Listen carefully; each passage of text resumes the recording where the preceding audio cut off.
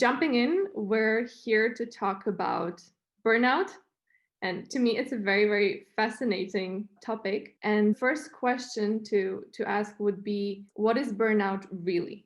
Because I feel like burnout at this point is one of the things similar to depression that people use in their everyday language. And they're like, oh, I'm feeling so depressed. I'm feeling so burned out from work. But actually, there's a lot more psychological meaning behind it that people don't really realize that there is. So from your professional expert opinion as a psychologist, what is burnout actually? I would say that's a question that's still being debated. Hmm. So the topic of burnout is also, in my opinion, a really interesting one, because, as you said, there is this common use of the word, and we use it for example, for being stressed. So a lot of people would say, "Oh, I almost have a burnout," just as their common language of, "Oh my God, I feel really stressed at the moment." And the interesting thing is that up to today, burnout itself is not yet classed as a mental disorder, which adds to that slight blur between common language and professional language. Overall, what, for example, the World Health Organization would agree on is burnout is a syndrome that results from a lot of chronic stress in the workplace. So it's normally has an occupational focus. And the amount of chronic stress in the workplace is so heavy, or there's so much of it, that we are not able to cope properly.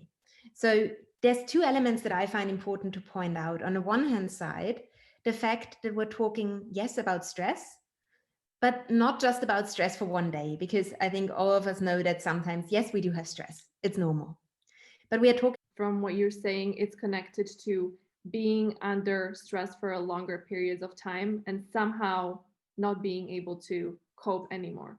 You mentioned that it's connected to work, but there's a lot of different things that can stress us out in life. So if, for example, someone is at home with their children and they're not really having professional challenges, would this also be something that could result in a burnout? The World Health Organization generally defines burnout in an occupational context. However, from a psychological point of view, work does not necessarily have to be paid work. Mm-hmm. And I think anyone who's ever looked after children or ever done household chores knows that, yes, that's definitely also work. Mm-hmm. So while it might not be paid work, being at home, looking after children, caring for elderly relatives, all of this is also work. And therefore, my personal / professional opinion would be yes, of course. So if we have multiple demands or too many demands, also in our private lives, that still equate to some kind of work. And to be honest, quite often from my experience, it's also the case that even if the burnout is somehow rooted in professional work, paid work, there's often still private factors that contribute. So we can't really look at the one side without looking at the other side. If we're stressed at work, we're normally also stressed at home. If we're stressed at home, quite often that stress carries over to work as well. So of course they interlink. Talking about chronic stress. And this chronic stress has to amount to an extent that our systems are unable to cope with.